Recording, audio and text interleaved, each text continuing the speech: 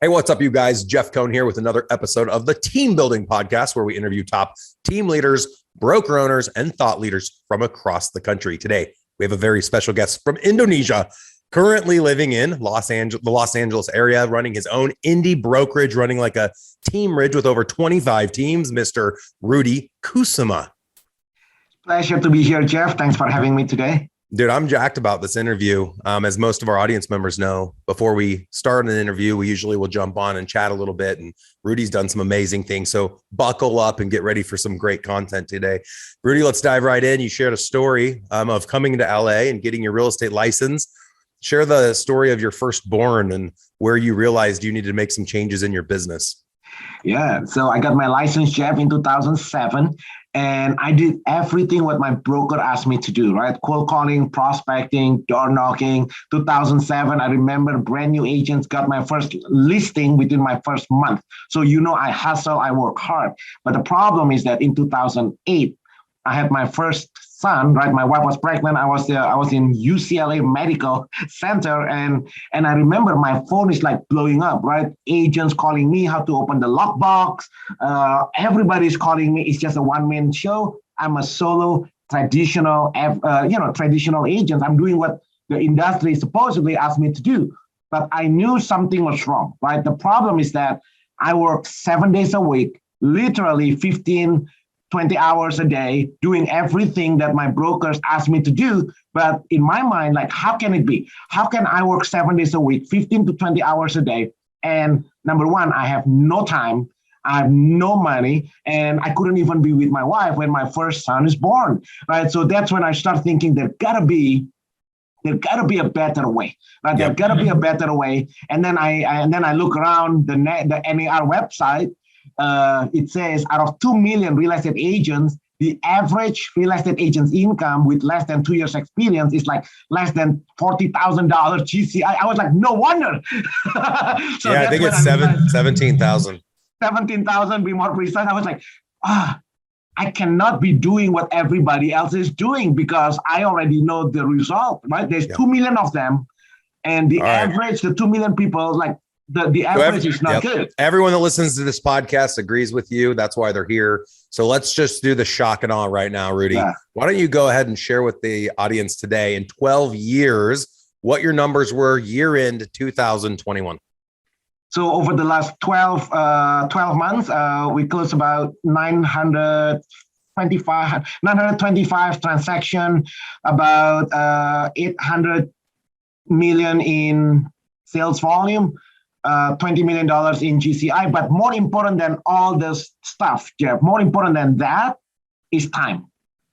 It's time, right? Because now we are able to have the time. And it's not just me. We have 120 partners here in the team, and not a single person, not a single real estate agent in my team do any type of prospecting, cold calling, door knocking. So to make money, you just have to sell home. But what happened with the team model here, it buys you time because you leverage. So I'm so proud, not about the numbers yet, but about the fact that people can make a lot of money and they can do what they love, the part of the job that they love, and they have the time to do what their passion is. I'm gonna give a shout out to my good friend Pat Hyben, and in Pat Hyben's podcast, he had over 1,000 recordings.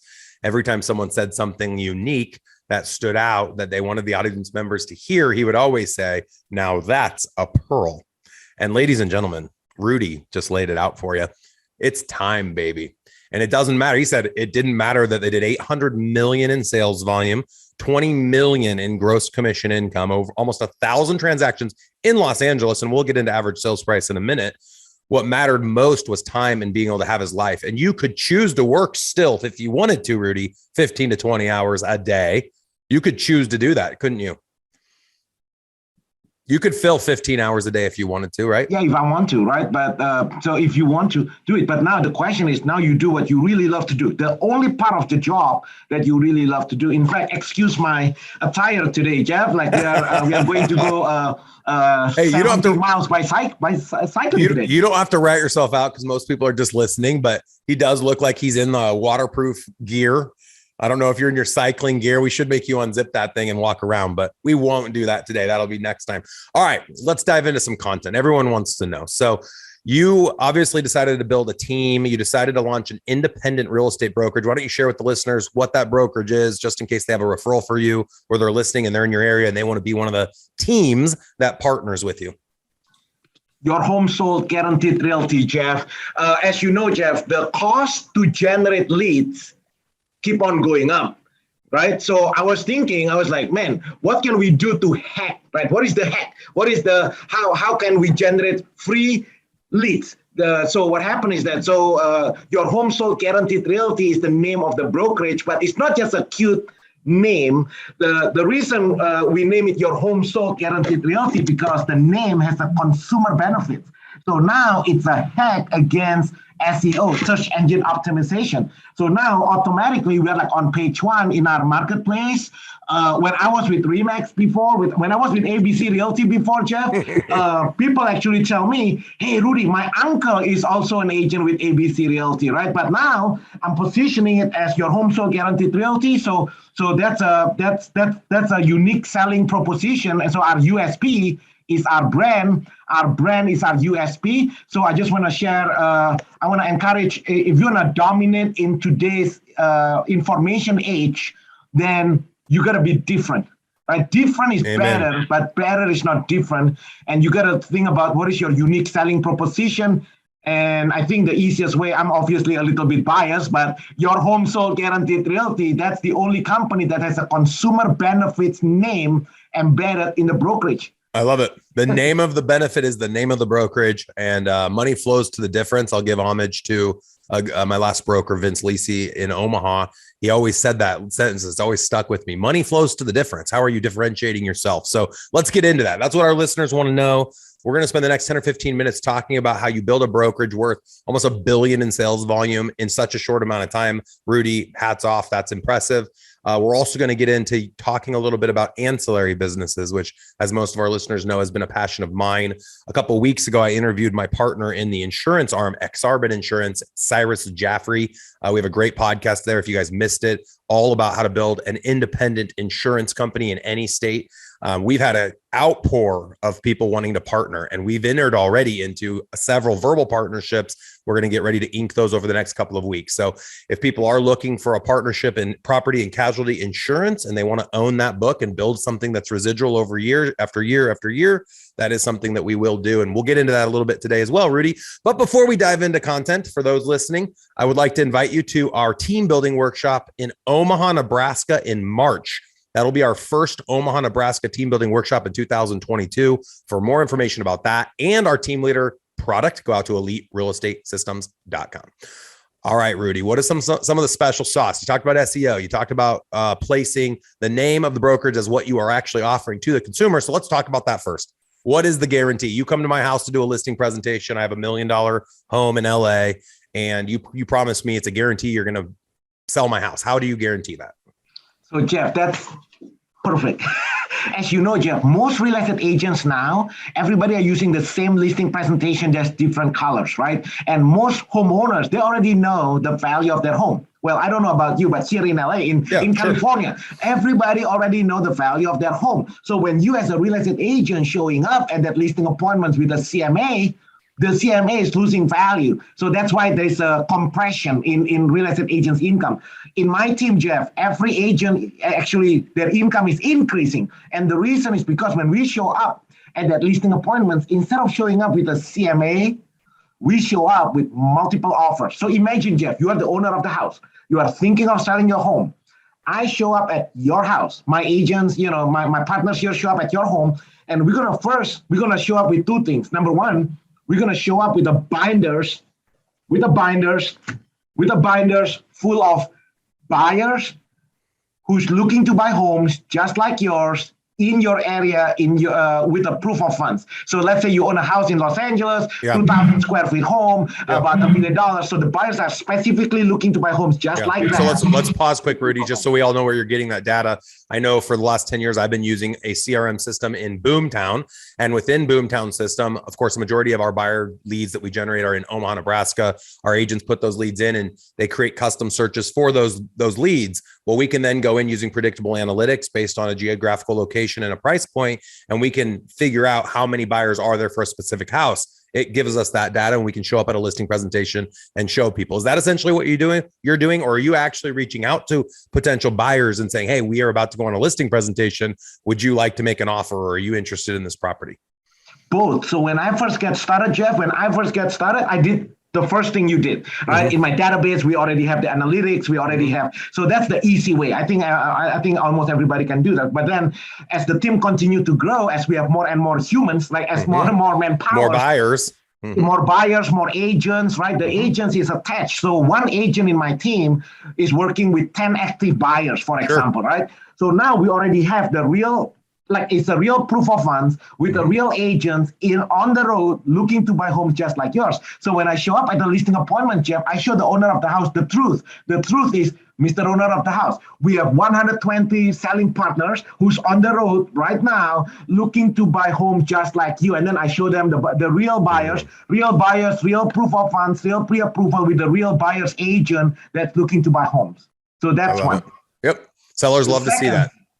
The second thing, Jeff, is that now not only we show up with the buyer's database, and then we also, instead of CMA, we show up with multiple cash offer, like 1, 2, or 3, right? At least 2 or 3 multiple offers, like it's a legitimate, real offers for your home right now. So how is that different than iBuyer, or is it essentially your built-in iBuyer program? Essentially, we are iBuyers, right? Because what is iBuyers, right? Because most real estate agents talking about iBuyers. iBuyers is nothing more, nothing less than just an entity. Like it's just like me buying if I'm buying a house in Nebraska now, are you gonna call me iBuyers? Just treat them like one of the buyers. Yep, amen. So who are the 3 buyers? It could be many things. Number one, it could be one of my investors, buyers in my database, right? That's actively looking. Remember just now I told you in my database, I have 60,000 buyers. Out of 60,000 buyers, let's say 127 is looking to buy homes just like yours. Now, out of that 127, we reach out to them and they submit an offer, right? So that's one from one of the buyers in my database that's out on the road with my buyer's agent looking to buy homes. So that's one source of buyers. The second source of buyers is, like you said, I'm not sure if your listeners are aware, Jeff, but all these entity, like you call it iBuyers, right? The open doors of the world, they actually want to partner up with real estate agents. So we actually partner up, we have relationship with all these iBuyers. They actually legitimately submitting offers. So at the end of the day, when we show up at that listing appointments, the owner have options. The keyword is options. Sure. They have options. What percentage of the time when you show up, you have the 2 or 3 built-in offers, you show them the list of potential buyers, which usually in our market, in our office, there's a couple hundred people typically, depending on the house. If it's a normal house, there's a couple hundred potential buyers. And we do make the offer as well at the table. It's not a great offer. It's usually an investor offer, 10, 15, even 20% below market. What percentage of the time at the listing presentation do they accept one of those offers? And or what percentage of the time do you actually take it to market and put it on the MLS? Less than 2% of the owner of the house actually accepted one of the offer on the spot. 98% of the time, because we give them 3 options, right? Number 1, number 2, cash offer 1, cash offer 2, or we call it our arbit system, which is basically kind of like we're creating like an online auction effect where we bring in all the buyers, creating multiple offers, maximizing your home. And most of the time, the let's stick with number 3, Rudy. Walk us through that. Let's not breeze through because that's a big one. And I want to hear how you guys are positioning that strategy. Let's hear number 3. You like the arbit? You tried to breeze over that one. This is the special sauce, ladies and gentlemen. Buckle up. We're going to take a little bit of time to unpack your auction strategy. He doesn't want to hear anyone in LA. Hey, guys, if you're in LA or the LA area, please shut the podcast off at this time. All right, Rudy, go on. Go ahead.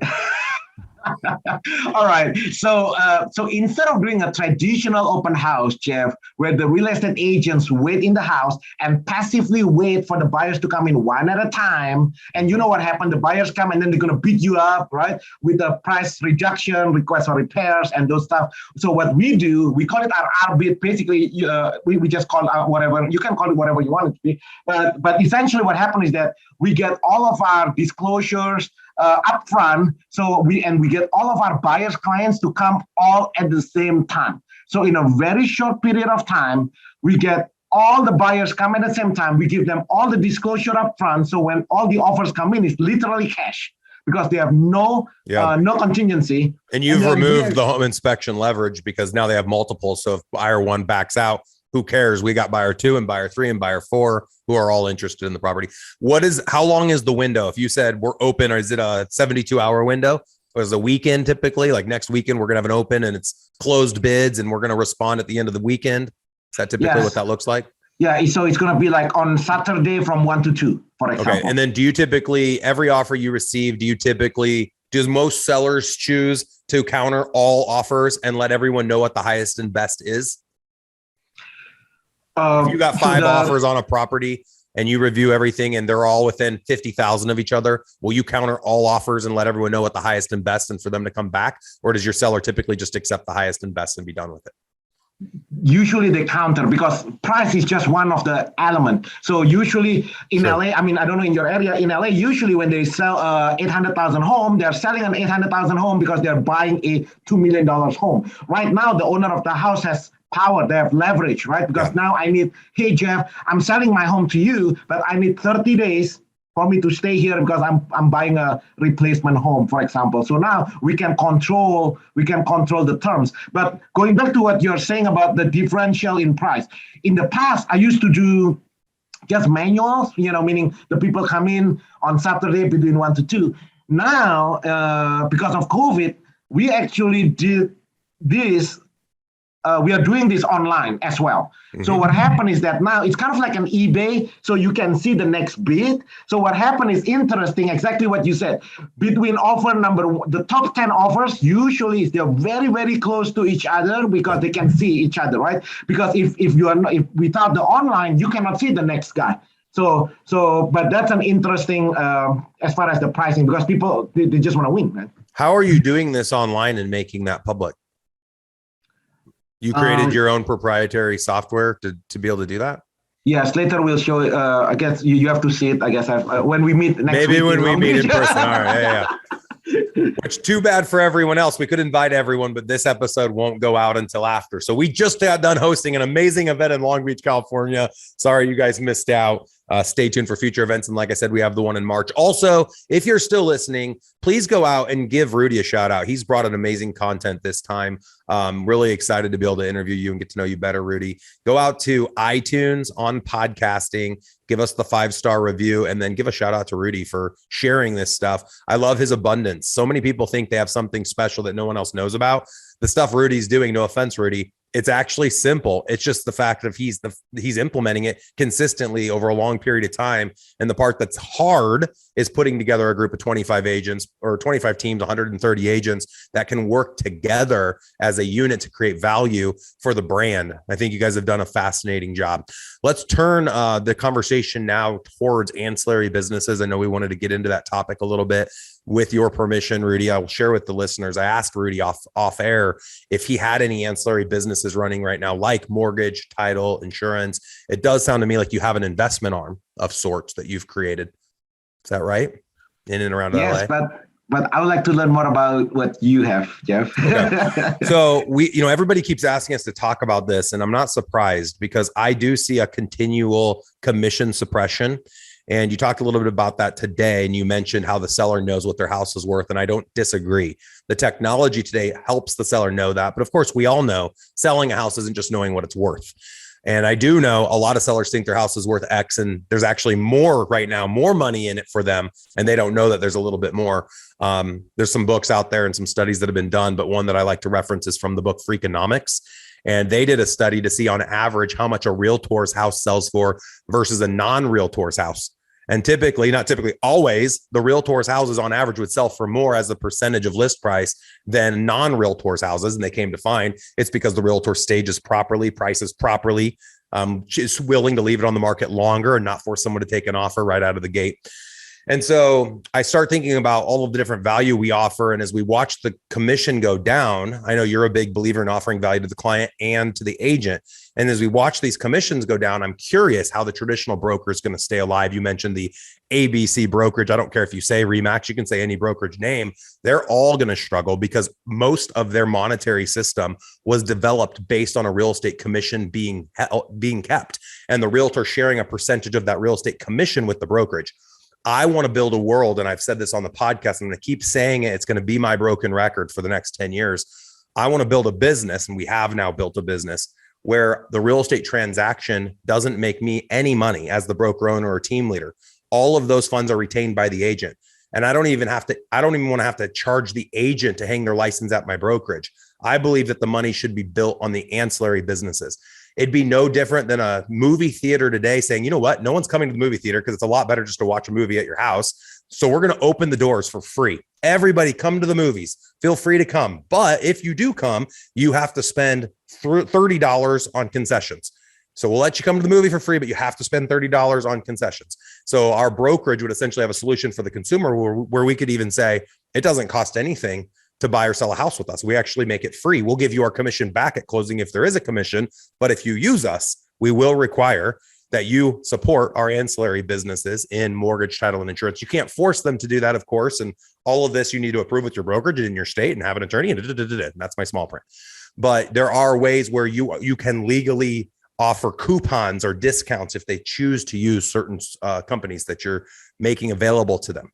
And so what we did was we created our own mortgage company, title company, insurance company, investment company, marketing company, coaching company, lead gen company, lead conversion company, scrubbing company that can partner, train, and equip top real estate brokerages across the country.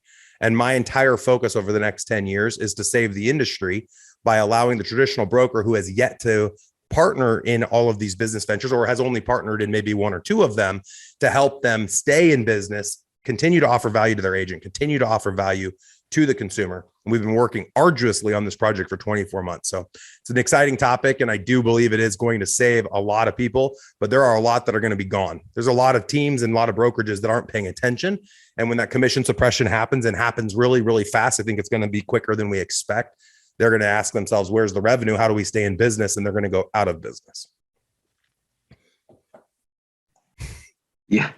Brilliant. That's new, right? That's what you're saying, Jeff. Basically, what you're saying is, how do we expand the pie, right? How do we we gotta be something different.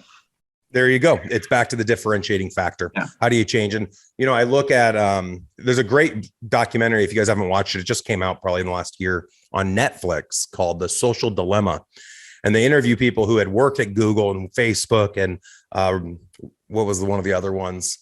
Not Reddit, Pinterest. And they talk all about how these big tech companies are using us as their product. They provide their platform for free. So Google's the number one search engine. We get to go use Google for free. Yay. How happy are we as the cattle that line up inside the Google search? But the Google's making money because they're selling our eyeballs to companies. So I couldn't believe, like yesterday, I was showing somebody that when you rank on SEO, you actually want to run an ad and have your organic name pop up right next to each other.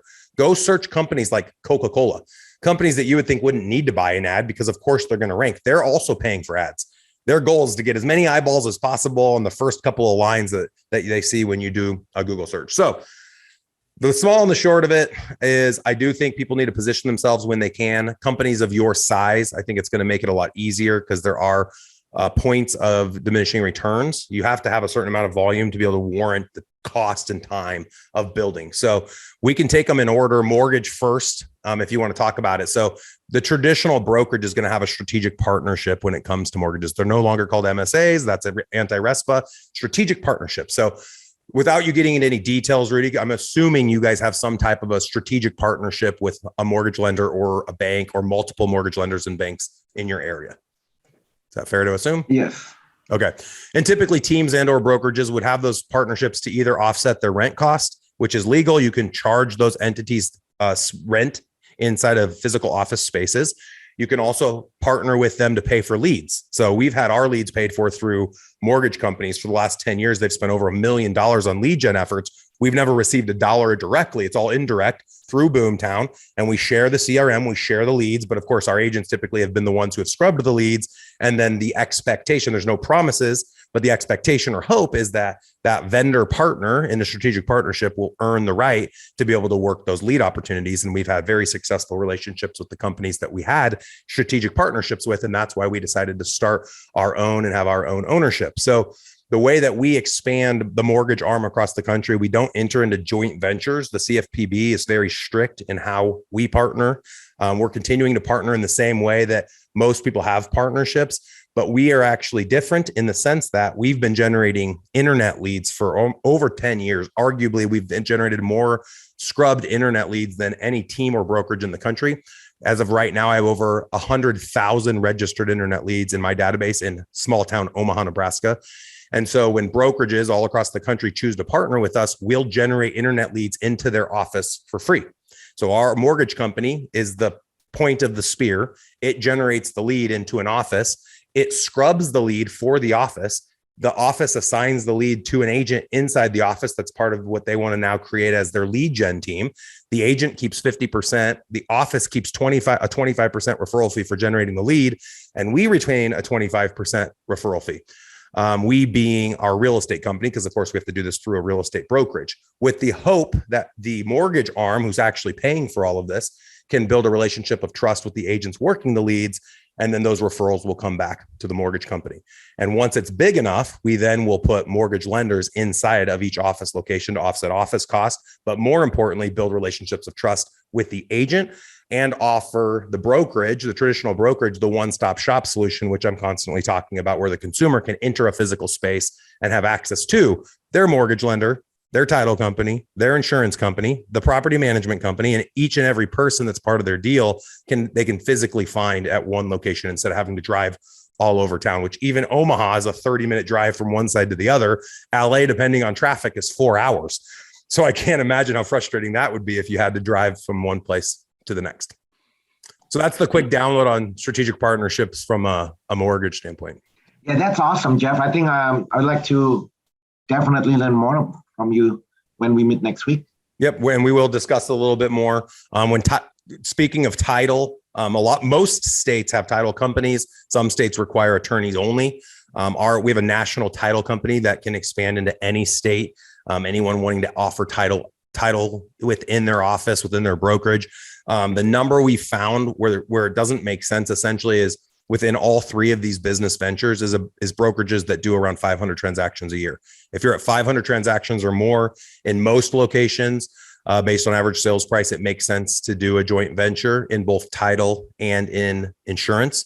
And so our national title arm and our national property and casualty insurance company will enter into a legal joint venture. We create its own LLC. We have all the right licensing for each state, and that your entity, whoever's listening, would retain 49% ownership of essentially the business that they build. And we would build it with you. We'd provide the support. We'd provide the loan officer, the title personnel, the mortgage lender. But what I get really excited about, all of that again, is to help protect the fact that the commission is going to continue to go down. But you will find that you're adding additional multipliers and your revenue is going to go up and up and up. So what's a traditional broker doing with their additional revenue? And that's a rhetorical question I'll ask, because everyone sits and thinks, what would you do with an extra $500,000 or $1 million?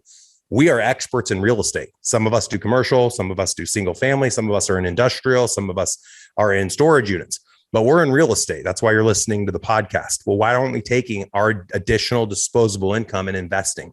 And so part of our lead gen effort, once we are up and running within each location, is to also generate investment leads based on the knowledge and experience of the team we work with.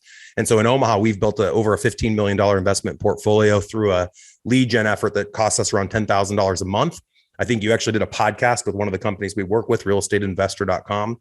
And so it's our intent and our real why is to create legacy wealth. So once all the ancillaries are up and running and we're generating the additional revenue in each location, we will take the additional revenues and we'll build investment portfolios with our strategic partners.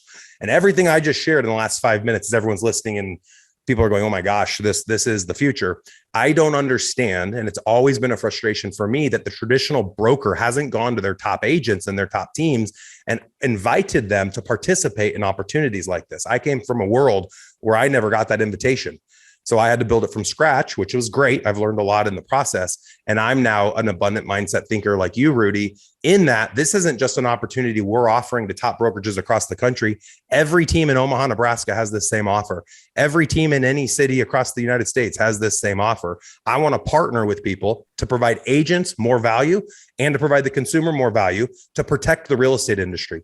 And I don't know anyone giving more than that type of an offer to the existing people that are working in the real estate space today. Yeah, I think that's a great recruiting and retention program. 100%. So if you have, how I've structured it is as we do joint ventures with brokerage owners, you can now reach out to your top teams that are producing at least 100 transactions a year and invite them to have a percentage of your 49%. So if you're doing home and auto insurance and you have 49%, Rudy, and you have 25 teams, you could go to the teams that are producing at the highest level and say, hey, I'm going to give each of you or sell each of you 1% of my 49%. So you take half of your business and you invite the people that are making the big difference for your company to have ownership in that property and casualty insurance company. And the numbers are crazy. If you guys go back to the podcast I did with Cyrus, it adds up really fast. And you go to a market like yours in LA, where the average sales price, you're probably averaging around 880,000. Am I close? Yep, about 800,000. Yeah. Okay. And, you start looking at that when it comes to property casualty, your premiums are going to be 5,000 versus Omaha, Nebraska, where we're seeing 3,000. And your mortgage is $800,000 mortgage, or let's say 700 if we have a down payment. A lot of people don't know how mortgage works, but there's a lot of money in mortgage. Typically, a mortgage company is making more money on the transaction than the real estate company is earning on the transaction. And then title is another whole thing. There's a lot of revenue that's generated off of an escrow closing fee and the title insurance policy. The title company actually retains about an 87.5% of whatever the cost is for the title insurance policy. A lot of people don't know that. So there's over on our average title deal, there's about $1,300 of gross revenue generated. Our average broker commission from our mortgage company averages about $6,000, which is the same average that our realtors make off of a real estate commission. And then insurance is about $400 per file per year. So that renews every year. That's the real interesting fact is I wanted to build a world, Rudy, where the real estate brokerage and a real estate agent doesn't have to be dependent on a real estate transaction to be able to make revenue. So think about that challenge. If all of us left this podcast today and spent the next 24 hours thinking, how could I continue generating revenue without selling another house? And that's the conversation you had with yourself when you were there with your son being born. How do I not have to sell another home and be able to continue generating revenue? And that's a conversation I continue having with myself, because I believe there will be a day where there won't be a commission attached to the transaction. So what if I have 20,000 people renewing their insurance policy? And what if I have a mortgage company that can do refinances?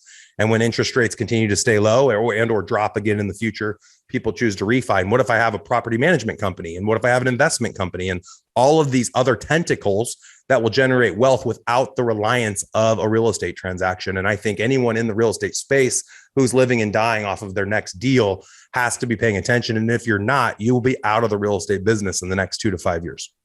Yeah, that's awesome. So what is the next step, Jeff, for people like me, right? Like, I want to learn more about this. Like, what should I do? Yeah, and that's a great question. And a lot of people, like I said, after that last podcast reached out. Anyone looking at property casualty, I'd currently point you to that podcast episode with Cyrus Jaffrey. We just recorded it a couple of weeks ago. So if you just go down in your podcasting and haven't listened to that one, Cyrus gives you the answer to your question, Rudy, of how to get in touch with Cyrus. I recommend reaching out to him to start the property and casualty insurance conversation. If you are interested in us generating leads into your brokerage, real estate leads for scrubbed buyers and sellers in your market, we'll partner with any brokerage in America, but you have to have a minimum of 100 agents at your brokerage. So I know that eliminates probably 95% of my listeners, but for anyone with more than 100 agents, we would build and pay for and incur all the costs to building an internet lead gen division for you. We would train those individuals. We'd hold those individuals accountable for you. And we would allow you to share in keeping 25% of every referral fee. We'd keep 25%, and then the agent would keep 50. And a lot of people say, wow, that's 50% the agent doesn't keep. Well, if you're at an average of $800,000 transaction keeping 3%, That's $24,000 total. Okay, now you make $12,000 instead of $24,000. Most people in the country selling real estate are okay making 12 grand working for 5 to 10 hours. Yeah, that's true. That's how we set up now. We are at 50-50. Many of my top agents are netting net take-home income is about 200,000-300,000 a year. It's not about what we make, it's what we keep, right? Yeah, my 50% agent makes more money than agents at 100% brokerage, for example, because of the deals. Yeah, it's not. I've said this all day long, and I can't believe how many agents I've seen come and go from the teams and brokerages I've owned over the last 10 years. And they'll tell me, yeah, Jeff, across the street, I'm going to make an extra $12 on a real estate transaction. And I'll say, well, that's adorable. We have an account with over 100,000 leads. Each agent has the right to work up to 50 leads per month that get scrubbed. And you're going to leave across the street for an extra $12 a transaction. And what we've actually found analytically, Rudy, and this might be something interesting for you to go back and look at, we tracked every agent that had ever left our organization. And we've lost probably 100 over the last 10 years. And there was a very small percentage, I think it was around 12%, left our brokerage and had a year better than their best year with us. Yeah. So there's nothing that is more of a testament to the fact that the systems and processes that we're implementing are true and real and are profitable. And people recognize it when they leave, and most are too prideful to come back, even though they know that working alongside of us and everything that we implement is going to be the best solution for them. But Rudy, you've built an amazing business. A lot of people are going to now want to talk your ear off and probably bring you on their podcast in such a short amount of time too. You might have me beat, because I used to brag up. We went from 70 to 700 deals in 6 years. And I always say we were the fastest growing real estate team in history. You might be able to beat me on that. Do you know what your growth was? When I was with Remax in 2019, we sold about 450 homes. So we go from 2019 today, 2019, so in two years, right? 2019, 2020. So in 2 years, we grow from 450 to 950 now. Okay. So it's still not 700 house of growth, but that was in 6 years. So you're doing pretty dang good though. We'll still give you some good credit. I'll bring a happy sticker that I'll put on your lapel when I see you next week. So, well, Rudy, we're going to wrap. This is a longer episode than normal. You got me going and juiced up. Sorry, I probably took more time than normal on an interview, but I'm just very, very passionate, as our listeners know, about the ancillary businesses. And I think Rudy, the business Rudy's built, which is a brokerage, but he's running it like a real estate team. And I love that he's supporting teams. His focus, he told me beforehand, when he recruits, it's either agents joining the teams or teams joining his brokerage. He's not finding an individual and spending all the time it takes to train and support a brand new agent. He's essentially running the independent and interdependent model that we've talked about a lot on the podcast, not the dependent model. And I would say most traditional brokerages don't offer an independent model. I think what you guys are doing is awesome, Rudy, and I love how you're working together. Yep, I think that's the future in real estate, Jeff. Like you were saying, is either you join a team or you build your own team. But the traditional agent, one-man show, doing everything by themselves, either a mega team will crush you. If the mega team won't crush you, then the technology, the $1 billion technology will crush you, right? So I want to encourage everybody, Jeff, either you build your own team or join an existing team. That's called leverage. 100%. And I say, go find the best team in your area. Stay on as long as you can stay on where it makes sense. And if at any point you feel like your world would be better, where you're making more money in less time with less energy by starting your own team, that's when you need to leave. And those team leaders out there listening, if your agent just heard me say that, make sure you create a world inside your team where the people within it can continue to grow. And the only way to do that is you have to grow as a leader. You have to grow in the value you offer and the leads you generate, the way that you support the people in your world, and then everyone grows together. Perfect. Awesome. Awesome, Rudy. We appreciate it. Hey, again, one more time, Rudy, give a shout out as to how people can get in touch with you if they just want to say thank you, or they have a referral for you, or they want to join your world in the LA area. Yeah. Reach me online, Jeff, at yourhomesoldguaranteed.com. www.yourhomesoldguaranteed.com. Perfect. Appreciate it, man. Thank you again for coming on today. You were awesome. Thank you, Jeff. My pleasure. Have a good day.